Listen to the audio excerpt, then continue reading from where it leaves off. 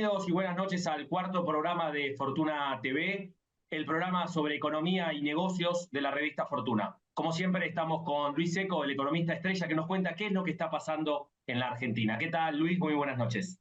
Buenas noches, gracias por lo de estrellas, menos mal que espero no estrellarme, de hecho, pero bueno, hoy tenemos el desafío de reemplazar, de cubrir la ausencia de Seferino, así que vamos a ver cómo nos sale, ¿no? Vamos a ver Solo si nos por va, este, si nos va solo por bien. este, solo por Solo este por hoy. programa, Solo por hoy. aclarémoslo. Luis, a ver, yo creo que el tema claramente de economía de esta semana tiene que ver con la sanción, ¿sí? En diputados, la media sanción respecto de la nueva movilidad jubilatoria. Y un poco se habla de cuál es el impacto que esto podría tener en la economía argentina y esta bandera que lleva adelante Milei del superávit fiscal, el superávit primario. ¿Qué impacto tiene esta medida de diputados en el superávit? Mira, el impacto, algunos diputados se encargaron durante el día de ayer y hoy durante en las redes sociales de tratar de minimizarlo, pero en un contexto en el cual estamos tan ajustados, donde no hay plata. Es una medida que tiene un impacto de 0,4% del PBI. Para ponerlo en términos numéricos, son 2 billones y pico de pesos. No es poco, dos mil y pico de millones de dólares. Eh, y que claramente hay que, digamos, como muchas leyes que aprueba el Parlamento, las aprueba desfinanciadas, ¿no? O sea, nadie sabe dónde va a salir. Si se quiere, para poner en perspectiva del ajuste fiscal que vos mencionabas, el gobierno espera recaudar con la reversión del impuesto a la ganancia lo mismo, 0,4% del PBI. O sea que imagínate que en el margen sería lo que se pensaba recaudar, que iba a ayudar a bajar el déficit, aumentando o reimponiendo, reinstituyendo el impuesto a las ganancias a las personas físicas, se va para pagar este incremento jubilatorio. Así que no es poca plata, desde el punto de vista de esta de que estamos contando los porotos para llegar al déficit cero, es mucha plata. Y reinstala un debate largo de la Argentina que tiene que ver con eh, las prioridades, ¿no? O sea, el tema, cuando uno dice no hay plata desde el punto de vista del sector público o del presupuesto, es en qué la Gallego, claro. gastamos. En realidad, en qué la gastamos, no es que no hay. O sea, hay para ciertas cosas y no hay para muchas otras. Entonces, la decisión esa de qué, para qué no hay, me parece que es un debate que nos debemos en la Argentina y que por ahí, digamos, la demagogia, ¿viste? Esta cosa de querer quedar como que se escucha la voz de los más necesitados y demás, termina tal vez adjudicando prioridades que no son tales, ¿no? Entonces, es un problema esta recurrencia de la clase política que se pone de acuerdo para aumentar gastos y si son desfinanciados, mucho mejor, ¿no? Y este 0,4 del que estás comentando, Luis, ¿desde cuándo empezaría a impactar? Digo, ¿no impactarían las cuentas de mayo? ¿Sí? Que estamos esperando, digamos, conocer finalmente el dato que todos creemos que volvería a ser de superávit. Corregime si digo lo incorrecto. ¿Ya empezaría a impactar en el dato de junio o cuándo? De ser Sí, aprobado, digamos, ¿no? el 0,4% de ese PBI se reparte de acá hasta fin de año, no es que cae todo junto. Obviamente está la parte esta que se hace la actualización por lo que no se pagó de enero, por ahí recae un poco más al principio que al final. Pero evidentemente tenemos un tema ahí de que se les va a empezar a hacer cuesta arriba al gobierno mostrar sistemáticamente superávit. Ya Milei había anticipado, el presidente había dicho, miren que a partir de junio por ahí tengo algunos temas para algunos inconvenientes para seguir mostrando superávit. La gran noticia de este mes, te diría, Claudio, que ha sido el importante aumento de la recaudación, que tiene Eso, mucho que ver eso a qué con... se lo atribuís un poco vos, a mayor consumo, a una mejor recaudación, simplemente a temas inflacionarios. Y hay mucho de inflación, sobre todo en materia de impuestos a las ganancias sobre las empresas, ¿no? El impuesto que más contribuyó a esa mejora un poco inesperada fue el aumento de las ganancias de las empresas que tienen que ver con el salto de la tasa inflacionaria. Pero digamos, todavía el ajuste fiscal se gana día a día, no es algo que, viste, bueno, ya está, me siento y llego a fin de año. El gobierno está tratando de buscarle la vuelta para hacerlo mejor. Se conocieron también noticias del día, las nuevas pautas tarifarias, digamos, tanto en luz como en gas, que vienen con aumentos importantes.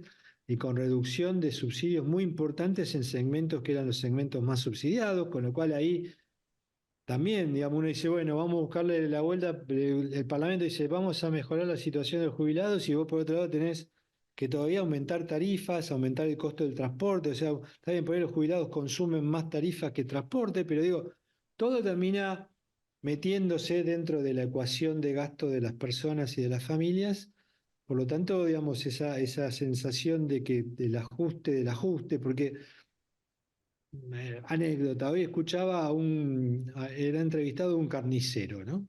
Entonces el carnicero decía, no, yo estoy viendo esto que en realidad dura mucho.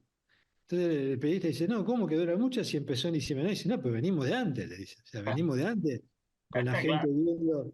viendo. Entonces yo lo que contaba hoy, que de los últimos 10 años, hasta que asumió Milei, ¿no? Los 10 años previos a Milei, en 8 de esos 10 años el poder adquisitivo del salario cayó. El poder adquisitivo de las jubilaciones, mazo, ¿sí? Yo te diría que creo que en 6 de 10 cayó.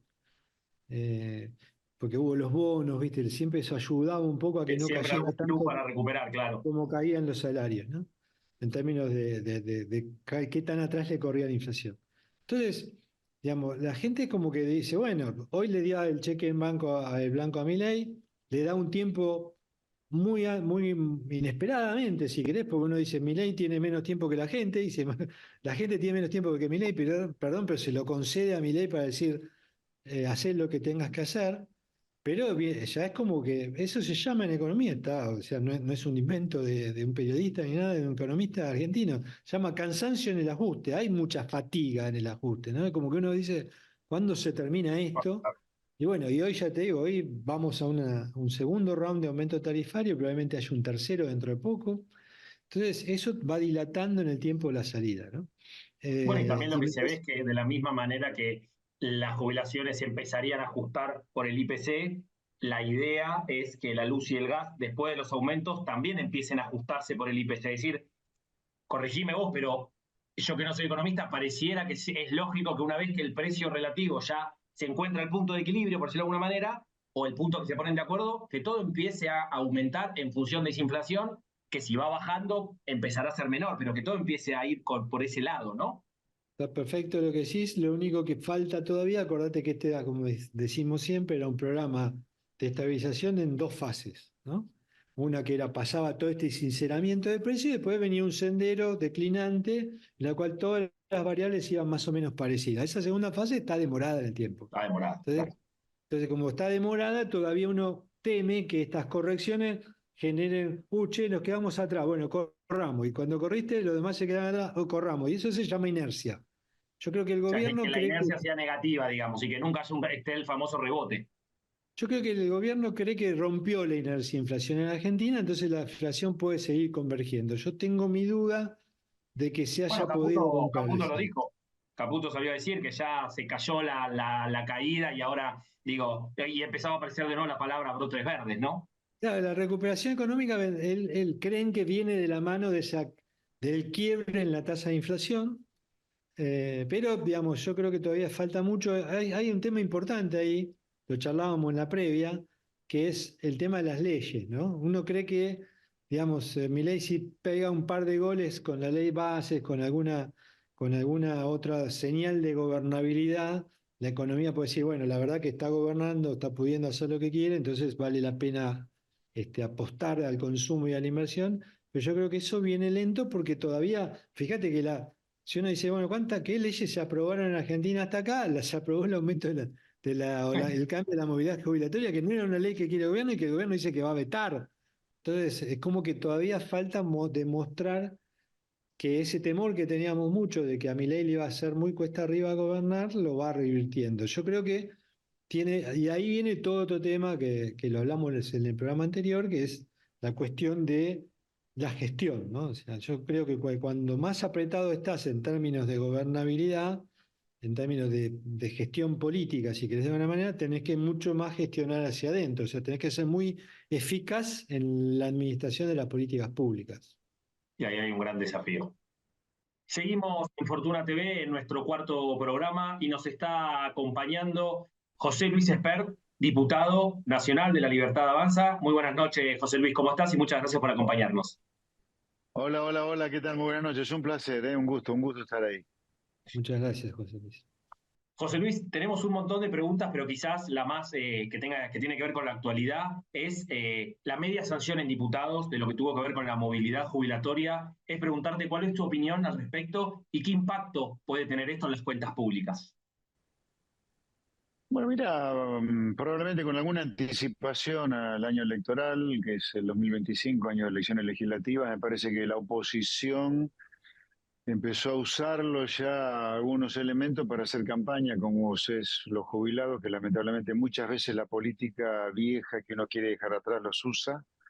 Y por otro lado está el kirchnerismo, que obviamente necesita que el programa económico del presidente Milei fracase, que nuestro programa económico fracase para tener alguna chance de sobrevida luego del desastre que dejaron después de 16 años, ¿no?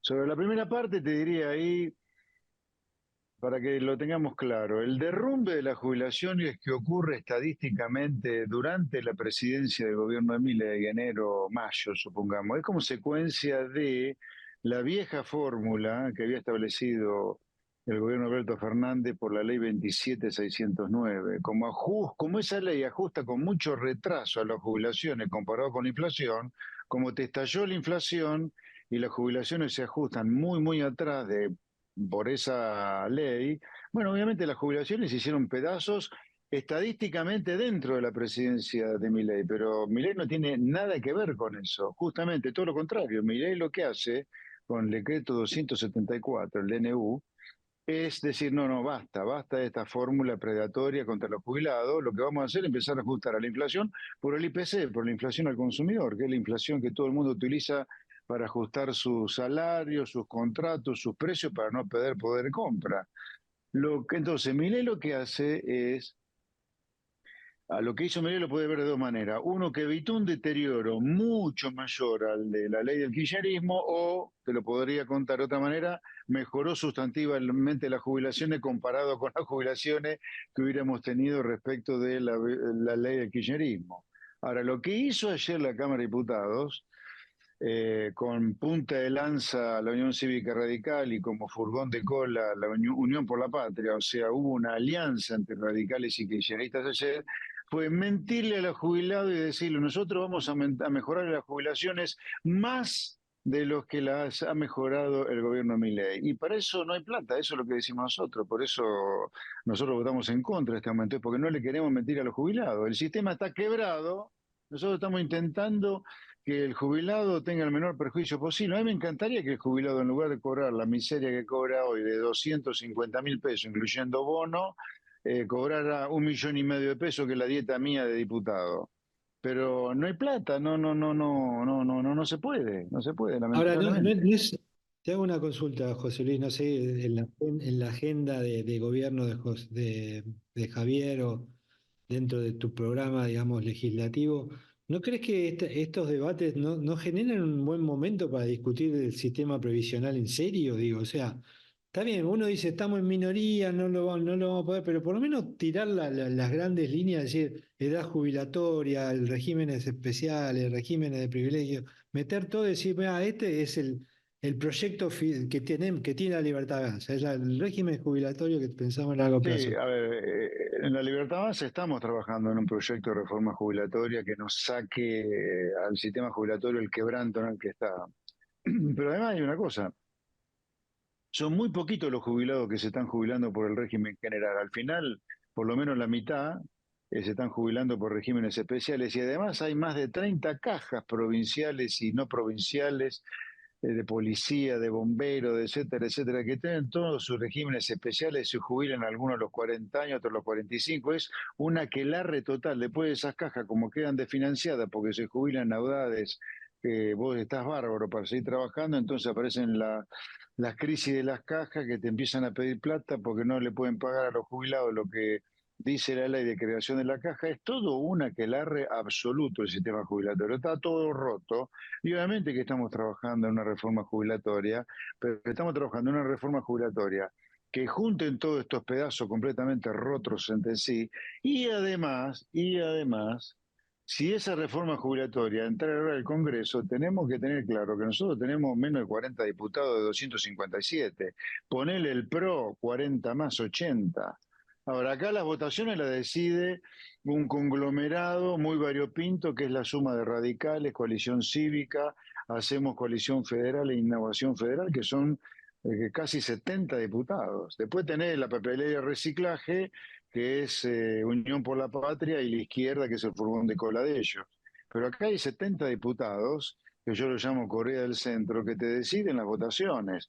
Nos dieron el ok para ley base y paquete fiscal, pero con la movilidad provisional nos metieron un palo en la rueda gigantesco, y yo no lo veo a esta Corea del Centro apoyándonos a nosotros en una reforma provisional. A lo mejor tenemos que hacer la reforma cuando tengamos los votos para poder aprobarla, que es recién a partir de fin del año que viene, cuando, si nos va bien en la elección, que yo creo que hay chance de que nos vaya muy bien, podamos hacerla.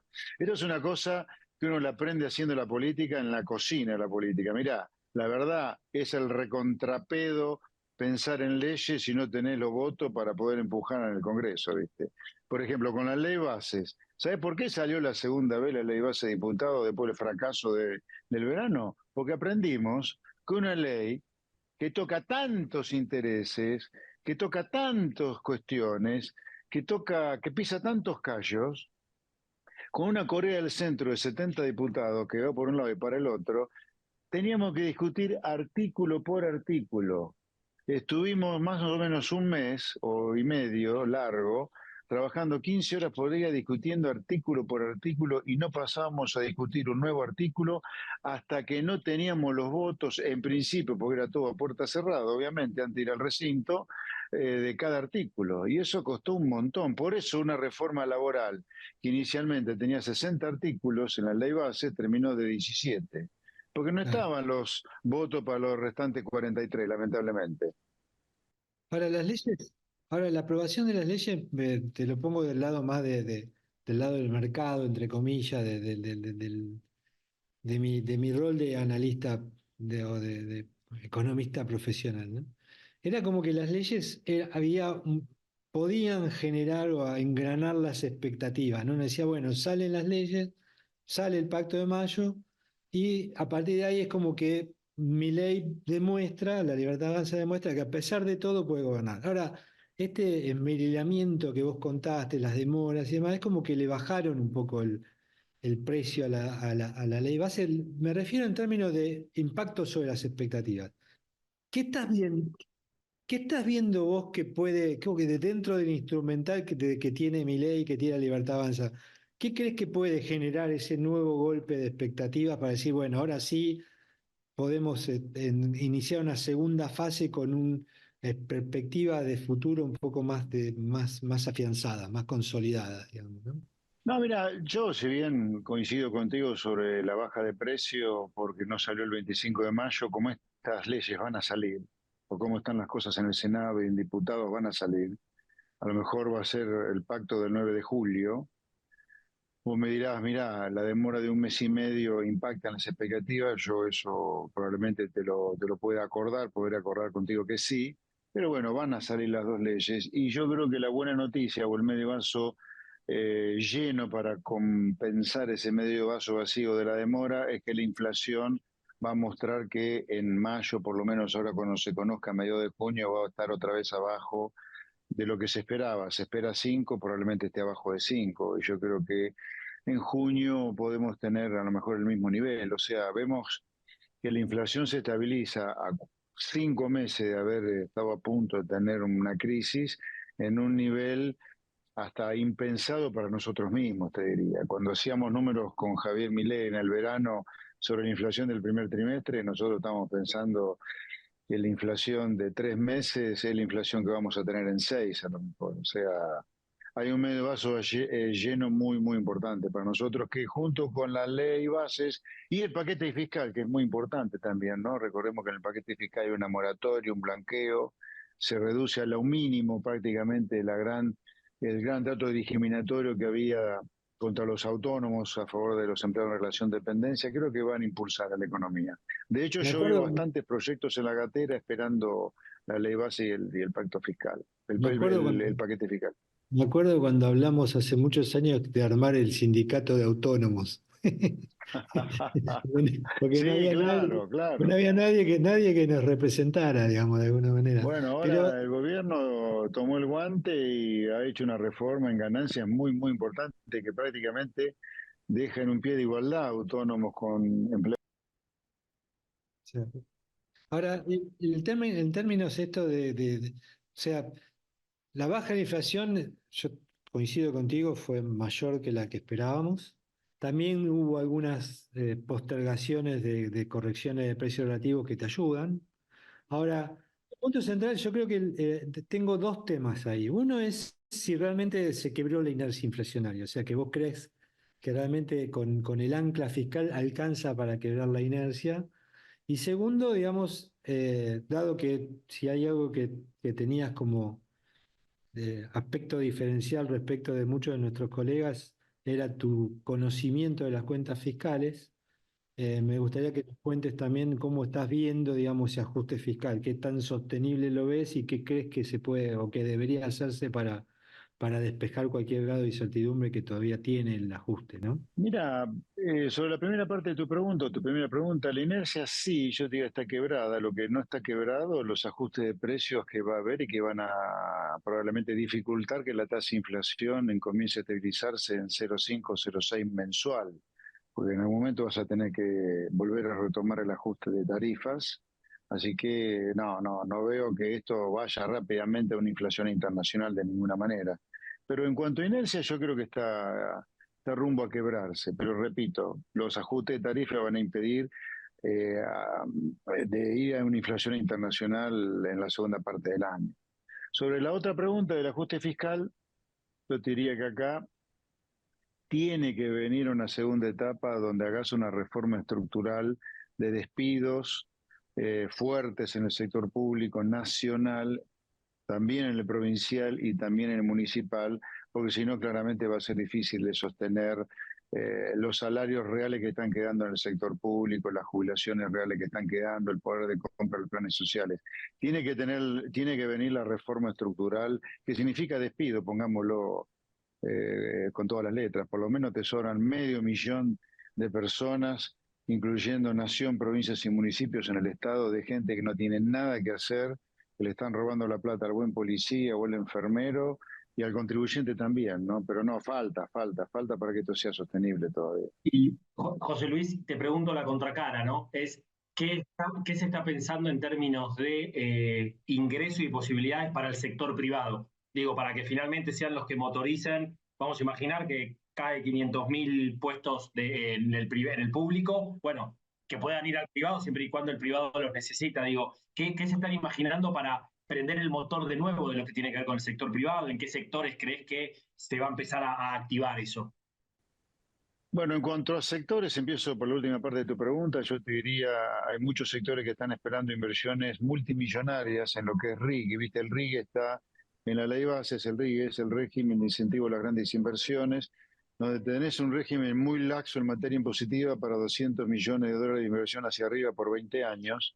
Eso es algo que tienen casi todos los países desarrollados, así que hay mucha inversión esperando el RIGE, yo te diría, en hidrocarburos, en biotecnología, en lo que es litio, en lo que es minería. Ahí creo que hay un acelerador importante del crecimiento. En segundo lugar, como el acelerador del crecimiento, también lo veo la caída drástica que ha habido de la inflación, que va a hacer que los salarios reales dejen de caer, el capital de trabajo de las empresas se deje de licuar, que los planes sociales dejen de caer en términos reales, lo mismo que las jubilaciones. Yo te diría, en sí mismo, una caída tan abrupta de la inflación es ligeramente reactivante. Sumado al RIGI que va a salir, me parece que tenemos dos elementos como para pensar que esto, desde el décimo subsuelo, donde nos dejó el kirchnerismo, porque no estamos en planta baja ni lejos de estar en planta baja, pero desde el décimo subsuelo yo creo que Argentina está a punto de empezar a recuperarse.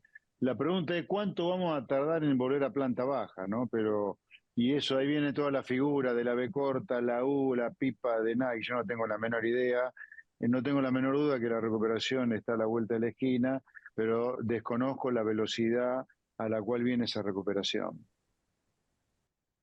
Creo que tenemos que ir medio redondeando, pero el tema viste, el tema de la fatiga en el ajuste, ¿no? O sea, la verdad que otra de las cosas sorprendentes, supongo, que habrá sido no solo el tema este de la baja de la inflación más rápida de lo que esperaban, sino también el apoyo popular en un contexto de fuerte ajuste, ¿no? Lo que ha logrado Javier Milei es medio inédito, ¿no? O sea, en una banca tremenda a pesar de lo antipático de muchas de sus medidas, ¿no? Entonces, la pregunta relevante ahí es esta cosa que uno dice, bueno, sabemos que viene, pero no podemos decir, no sabemos bien cuándo ni a qué velocidad. ¿Le tenés algún miedo a a la fatiga, al cansancio de la opinión pública en el ajuste o crees que la baja? Porque viste, está esta idea de que los argentinos somos nominales. Mientras la nominalidad esté acotada y demás, alcanza. Y la parte real, bueno, te la bancás, ¿no? Van varios gobiernos que piensan parecido, digo. Entonces, digo, la fatiga en el ajuste sigue siendo tolerable. ¿Hay un escenario en el cual podemos seguir así hasta el año que viene? ¿O crees que esta cosa que vos decís, no, hay que tomar algunas decisiones más contundentes, la tenemos que tomar o hay que tomarlas, digamos, de acá al verano? No, a ver, eh, primero, agradezco muchísimo a la gente el apoyo que nos está dando, porque la verdad, el ajustazo como consecuencia, es una cosa loca, ¿no? No tengo la menor duda que el gobierno del presidente Milei ha evitado una crisis en el verano. Podemos discutir si era una hiper, un 2001, pero era una crisis lo que se ve. Ahora, cuando vos evitás una crisis, ¿qué significa? Para ponerlo en términos pedestres, es como que se te estaba prendiendo fuego la casa y salvaste la mitad de la casa. La mitad de la casa que no salvaste queda lleno de humo, todas las paredes con ceniza, etcétera, etcétera. Así quedó Argentina. Evitaste el incendio de toda la casa, te quedó prendida, te quedó en cenizas una parte y la otra parte te quedó llena de humo. Eso era Argentina después de haber evitado el incendio de toda la casa. Repito, una Argentina que te quedó una parte incendiada y otra parte con olor a humo, llena de ceniza. Entonces, así quedó Argentina después de haber evitado el gran incendio de toda la casa. Y yo te diría, agradezco muchísimo a la gente que esté aguantándosela como la está aguantando, el vivir en la mitad de la casa que no quedó incendiada, pero está llena de olor a humo y lleno de cenizas. Ahora, yo también estoy convencido que la recuperación está a punto de comenzar desde el décimo subsuelo.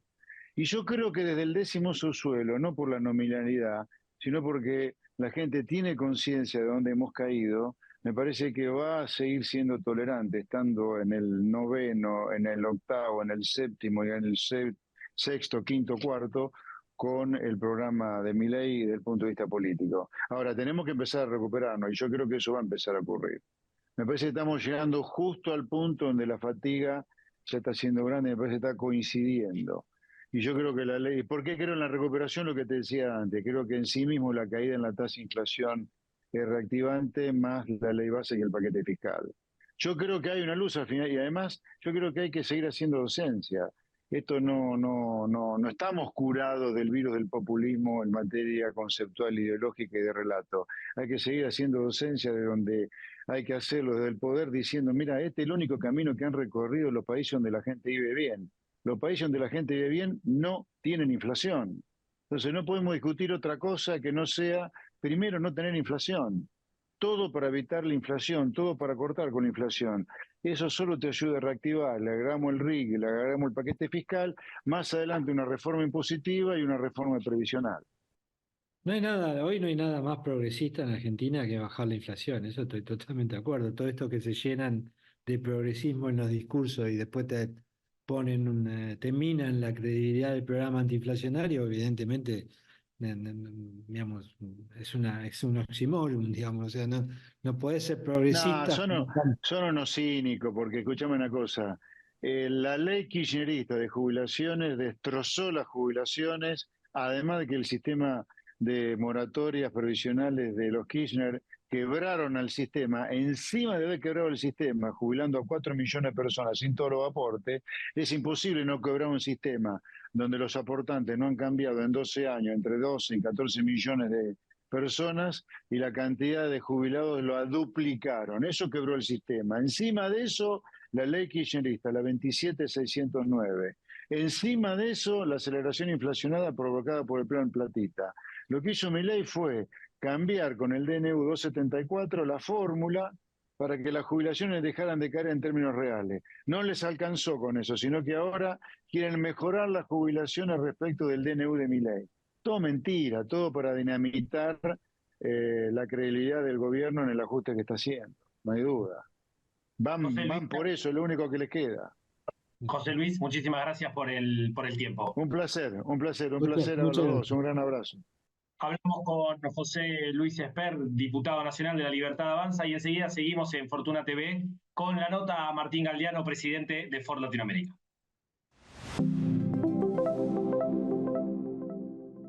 Seguimos en Fortuna TV y como habíamos comentado, estamos en comunicación con Martín Galdeano, presidente de Ford Sudamérica. Martín, muchísimas gracias por acompañarnos y por estar con nosotros. ¿Cómo estás, Claudio? Un gusto participar. Muchas gracias. Bueno, Luis, vos lo conocés a Martín hace mucho. A Luis, Sí, Luis es digamos, un nos querido conocimos de desde que mucho éramos tiempo. niños casi. Me acuerdo que cuando te conocí ahí en Pacheco, digamos, siempre pintaste, ¿no? Pero ahora ya llegaste a ser presidente de Latinoamérica, lo cual es un orgullo para todos los que te conocen de tan joven dentro de la planta de Pacheco. Y me acuerdo también, le comentaba antes a Claudio que me acuerdo que en aquellos años cuando yo arrancaba también con Ford, asesorar a Ford era todo un desafío, ¿no? De decir, bueno, vamos a exportar desde la Argentina y uno miraba diciendo, llegará ese día y ese día llegó, así que nos gustaría un poco que nos cuentes medio en paralelo la trayectoria tuya con la trayectoria de la compañía, cómo se asumió ese desafío primero de poder competir con otras terminales de Ford en el mundo y cómo está hoy la situación, ¿no? Bueno, Luis, la verdad, gracias lo que me decís. La verdad, tengo 25 años, creo, de Ford. Una vida acá adentro. Así que entré en un programa de pasantes. Tuve otros trabajos antes, pero la verdad que este fue donde realmente me desarrollé, crecí, viajé estuve trabajando como 10 años afuera, ahora estoy en San Pablo, así que muchísimo tiempo, o muchísima experiencia fuera del país. Creo y yendo a la pregunta de cómo exportar, nosotros tenemos, cuando vos mirás la industria automotriz, es una industria que lo que hace es invertir capital de riesgo de largo plazo. Vos tenés una industria que nosotros, sabés, acabamos de terminar el año pasado y ahora en breve vamos a inaugurar nuestra planta de motores, que era lo último que nos faltaba, pero invertimos casi $700 millones para renovar, bueno, no solo renovar la planta de Pacheco por completo, sino también invertir un porcentaje muy alto, el 30% de esa inversión en desarrollo de autopartismo. Entonces vos vas a proveedores nuestros que están muy cerca, como Metalsa, que queda ahí cerca de la oficina, y tenemos una línea completamente nueva que nos hace el chasis y la última tecnología para hacer nuestro chasis. Entonces, cuando vos invertís esa cantidad de dinero, lo haces pensando en que un porcentaje muy alto de lo que vas a producir en Argentina se va a exportar. ¿Sí? Se vas a exportar, no sé, en nuestro caso históricamente exportábamos de México hacia Latinoamérica, hoy por ahí exportamos Sudamérica, pero lo haces pensando en eso. La escala del mercado, si vos considerás solamente Argentina, esa escala no te daría para tener un programa un proyecto de $700 millones para hacer un auto que solamente abastezca a Argentina. Tenés que pensarlo como que vas a exportar. Y lo que haces tenés una planta que se especializa en uno o por ahí en dos productos. Cuando vos querés realmente producir, localizar autopartes, desarrollar cadena autopartista, todo eso lo haces pensando en uno o dos modelos, y eso es lo que haces, es producís mucho ese modelo, exportás ese modelo y complementás con el resto. Eso es nuestro. Entonces, vos lo decías, nosotros en Argentina competimos entre las terminales que hay en Argentina para que ustedes nos elijan, ¿cierto? Para que vos elijas, seguro todos ustedes eligen Ford, pero entre eso competimos en el mercado argentino. Pero acá, aparte, cada uno de nosotros, cada una de las terminales, lo que haces es competir con las otras plantas del mundo, Ford, que hacen la Ranger, para ser fuente de abastecimiento de mercados. Entonces, ¿quién abastece a México, por ejemplo, o Chile, que son mercados hiperabiertos? No sé, yo estuve en Chile hace 3 semanas y el mercado de Chile tiene 82 marcas de autos registradas. El 60% de los productos que se importan son de origen asiático.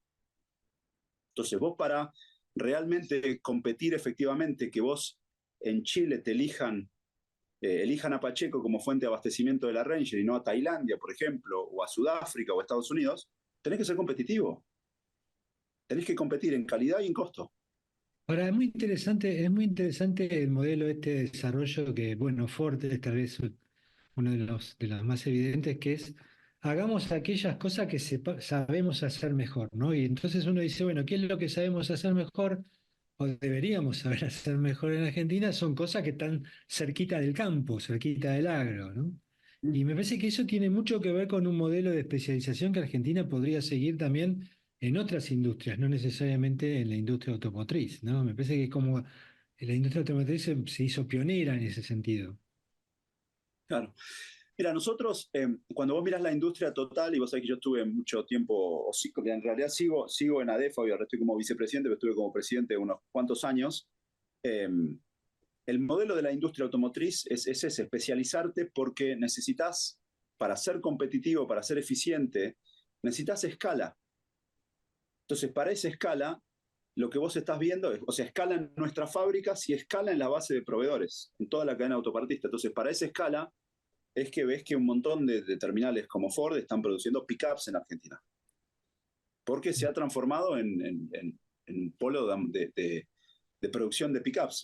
Hay un montón te diría la mayoría de las terminales producen pickups, ¿sí? O la mayoría de las pickups regionalmente se producen en Argentina. Entonces, eso es algo que nos permite tener escala en toda nuestra base de proveedores. Entonces, yo cuando digo ser competitivo, ser eficiente, vos tenés varios elementos, varios pilares para ser competitivo. El primero es que los empresarios, nosotros, hagamos nuestra parte, que es traer tecnología, traer procesos, traer capacitación de última generación para que nuestra fábrica de General Pacheco sea competitiva con Tailandia, con Estados Unidos o con Sudáfrica.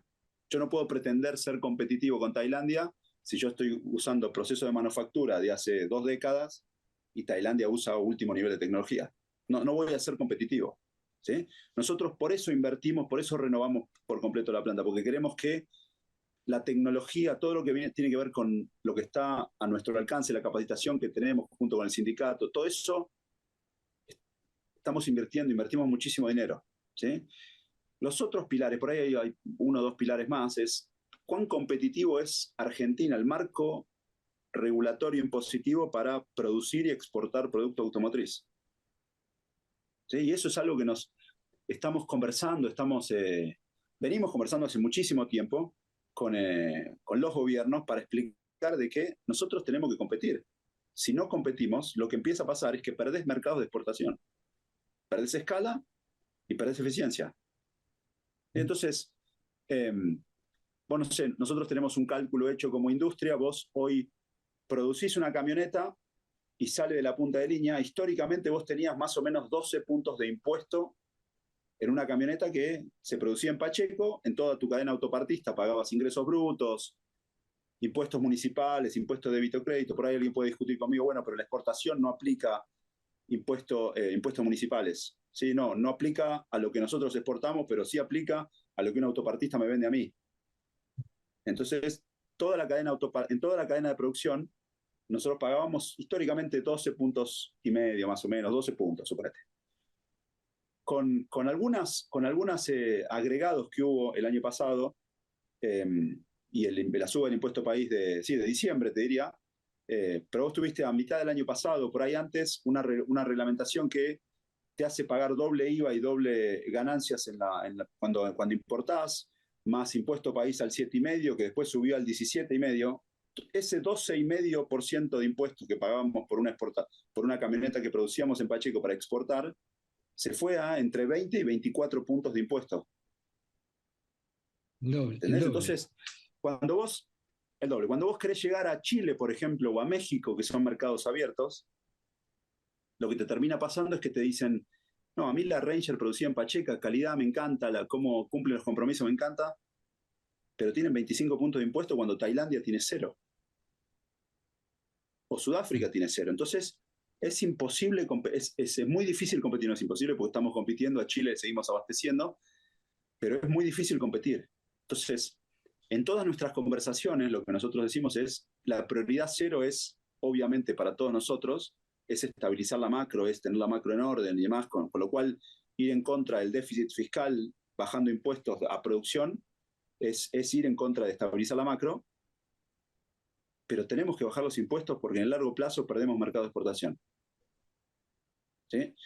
Entonces eso es algo que, si yo te diría, ¿qué es lo que te ocupa como industria en Argentina? Eso es algo que necesitamos resolver para poder mantener una base sólida de producción, de volumen en Argentina.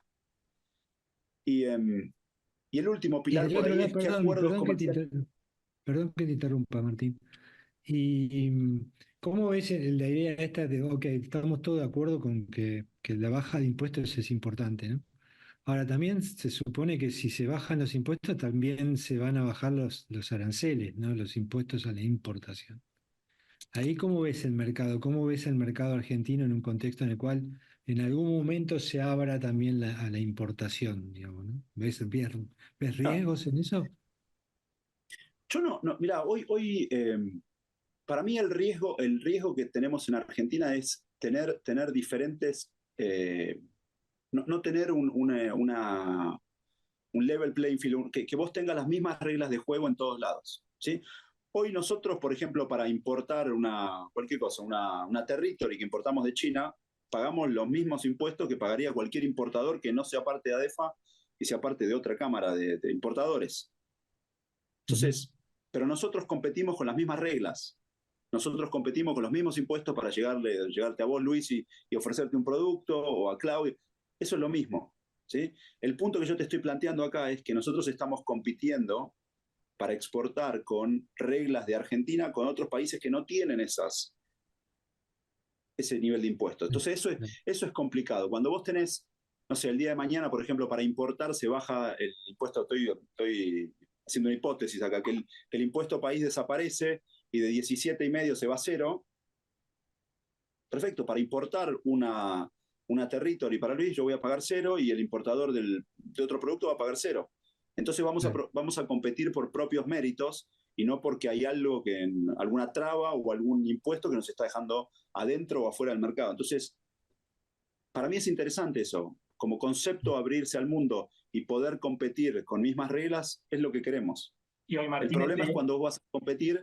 Disculpa, Claudio. este nivel de competitividad que estás marcando que se ha perdido en función a este aumento, digamos, impositivo, ¿no? De 12,5 puntos casi al doble.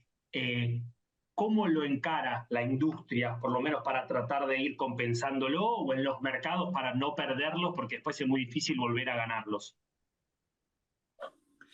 La forma que nosotros estamos viéndolo primero como transitorio, como algo que es la urgencia para resolver el problema de estabilizar la macro, el déficit fiscal que la Argentina tiene. Entonces, estamos considerando esto como transitorio. Habiéndote dicho esto, sí estamos conversando con el gobierno y tenemos muy buen nivel de recepción en entender el problema de la exportación. Lo peor que le puede pasar a la Argentina como un todo es perder volumen de exportación de cualquier cosa y de la industria automotriz también. Entonces, hay mucha recepción, hay entendimiento dentro de un contexto donde o sea, se está, digamos, tratando de balancear cuentas públicas, que es que esto pega en las cuentas públicas. Pero entendiendo que si vos no pones en orden esto, o sea, no pones en orden la competitividad para exportar, vas a perder volumen. Entonces, la verdad que hubo algún anuncio del ministro de Economía hace un tiempo, donde decía que tenía previsto eliminar impuesto país para exportar, por ejemplo, eliminar impuesto país para exportar en nuestra base de proveedores. Siempre estamos hablando de exportar. En el mercado interno todos competimos con las mismas reglas y eso es algo que cuando Argentina pueda hacerlo, bienvenido sea porque el cliente se va a beneficiar, pero son las mismas reglas que tenemos todos. Los autos, lo que sea, todos tenemos la misma regla. Entonces, eso va por otro canal. Acá estamos hablando solamente de exportación. Nada más, como decís, cuando la industria es la que, digamos, o gran parte de los terminales son las que miran a los mercados de fuera para exportar, las problemáticas que tienen son similares y necesitan tocar la puerta con las mismas problemáticas para ir a buscar esos mercados. Claro, claro, exacto. Y de nuevo, Chile está acá, o sea, está frontera de por medio, la cordillera de por medio. Claro. Lo más lógico sería que siempre importe de Argentina. Sin embargo, hoy Chile sería más competitivo importando la Ranger de otro lugar. Eso es Y imperdonable. no está bien que sea así, ¿entendés? Y Martín, cambiando un poco el eje, ¿cómo está hoy el mercado en general de automotor argentino y qué vislumbras para este año también, ¿no? Como vicepresidente de ADEFA y como representante, digamos, de Ford Argentina, más allá de que seas de la TAM. Mira, empezamos un primer trimestre que estuvo algo en patentamientos, algo así como 30% abajo del año pasado. Eh, Algo que por ahí todos nosotros estábamos trabajando con proyecciones donde asumíamos que iba a tener caída de la actividad económica, pensando en cómo iban a balancearse las cuentas públicas, cómo se iba a ordenar la macro. Todos estábamos esperando un nivel de caída, por ahí no del 30, ¿sí? Eh, Cuando vos mirás, cerramos abril y cerramos mayo hace poquito, hace 2, 3 días, ese 30% que cayó el primer trimestre está en 20 ahora. ¿Sí? Abril fue un mes donde cayó el 6, algo alrededor del 6, y, y, y mayo fue un poquito más que el 6, no me acuerdo, fue algo así como el 15, me puede estar fallando la memoria, pero el acumulado del año a mayo es 20%, 22% de caída en patentamientos. Eh, Se está viendo una recuperación de mano de algunos sectores, el campo está empezando a generar, por ahí clientes que estaban esperando empezaron a ver, por ahí subió algunas bandas de impuestos que afectan a algunos autos y SUVs, subieron, entonces los precios de algunos vehículos bajaron y eso atrajo más clientes a las concesiones. Entonces, de un 30% sigue cayendo contra el año pasado, pero en números que son mejores. Es decir, hay cierto optimismo, digamos, en esta recuperación entre un -30 y un -20, y esta golpeada de puerta, en este caso el gobierno actual, de che, estemos atentos a la competitividad que estamos empezando Claro, a perder puertas para afuera. exacto. Si yo proyecto lo que pasó en el primer trimestre, por ahí una industria anual te daría, no sé, 320.000 unidades, el año pasado fueran casi 440, 450.000, era una caída importante. Nosotros estamos trabajando en general más o menos entre, decimos, 350.000 unidades, 360.000, depende cuán optimista sea la terminal con la que hables, va a estar entre eso, por ahí un poquito más arriba, pero siempre abajo de 400.000. Entonces, a eso asume una recuperación por ahí más importante que lo que vimos en abril y mayo para el segundo semestre. ¿Eh? Buenísimo. Para ir cerrando, tenés algo que contarnos, así, alguna novedad, alguna cosa que se venga pronto de la mano de Ford? Mira, en breve estamos nosotros inaugurando en Pacheco la última parte que nos quedaba del proyecto de la Ranger, que era a la inauguración de la planta de motores. Invertimos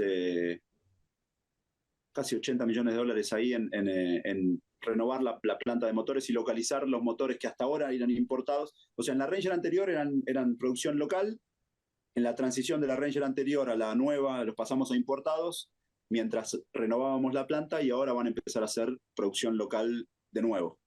O sea Entonces, que ahora en breve estamos inaugurando esa lo vamos a ver pronto a Milei manejando una Ranger con motor hecho en Pacheco. con motor hecho en Pacheco, exactamente, exactamente. Eh, No, supongo porque lo vas Estamos a lanzando invitar, supongo que lo vas a invitar a que vaya. vamos a invitar a la planta. No, no lo vi en ese tipo de eventos, pero por supuesto lo vamos a invitar a la inauguración, por supuesto.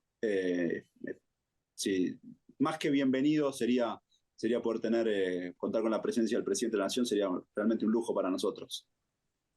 Bueno, Martín, muchísimas gracias por la conversación, por el tiempo. Esperemos estos puntos de competitividad que se mejoren, muy claro el análisis. Y bueno, esperaremos y estaremos ahí presentes en la inauguración, en la reinauguración de la planta de motores. Así que bueno, muchísimas gracias, Martín, por el tiempo y por compartir esto con nosotros. Un placer, Claudio, y un placer, Luis, también. Un abrazo grande. Muchas gracias, muchas gracias. Bueno, este fue el cuarto programa de Fortuna TV con dos invitados muy interesantes, José Luis Espert y Martín Galdeano de Ford. Luis, ¿cuál es tu conclusión del día de hoy? No, a mí me parece, digamos, las dos visiones se complementan, ¿no? Una visión más de corto plazo, tratando de ver el vaso lleno en el corto plazo de parte de José Luis, respecto de lo importante que es estabilizar la macro y decir las cosas como son, tratando de evitar este populismo. El presidente usó una palabra muy fuerte porque dijo que eran unos degenerados, para no caer en un calificativo tan duro. Yo diría, esta idea de que se puede mejorar la vida de las personas sin restricción presupuestaria, o sea, no importa dónde sale la plata, votemos, total, después vemos. Y José Luis diciendo, bueno, pero como hay determinación, se quieren hacer las cosas, hay que ver el vaso medio lleno y vamos a salir en el corto plazo. Y Martín Galdiano, que hablaba de las ventajas competitivas innegables que tiene Argentina, pero que también necesitan de alguna manera de, si querés, un marco de certidumbre institucional y macroeconómica. La macro manda, si querés, también en materia de inversiones de largo plazo, pero donde claramente, digamos, la Argentina está en condiciones de competir a nivel internacional. Obviamente necesitamos sortear todas estas dificultades de corto plazo que todavía se nos presentan, en un contexto en el cual yo creo que el mensaje de hoy es que tenés el rumbo, están las políticas, bueno, el tiempo de la implementación dará, digamos, abrirá el margen necesario para que la economía vuelva a crecer, ¿no? Y lo único que le sumo a eso, Luis, es que además de ese marco, creo que es fundamental lo que decías al principio del programa, la gestión, ¿no? Creo que cuando no tenés gente para que te vote o no tenés equipos, la gestión es fundamental y creo que parte de la gestión tiene que ser la negociación o de esas leyes o de esa capacidad de poder avanzar en lo que por lo menos ahora el gobierno cree que es clave para el futuro. Muchísimas gracias, Luis, y bueno, nos vemos el jueves que viene acá en Canal E, como todos los jueves, a las 8 de la noche. Y con Seferino. Y con Seferino Reacto, como siempre.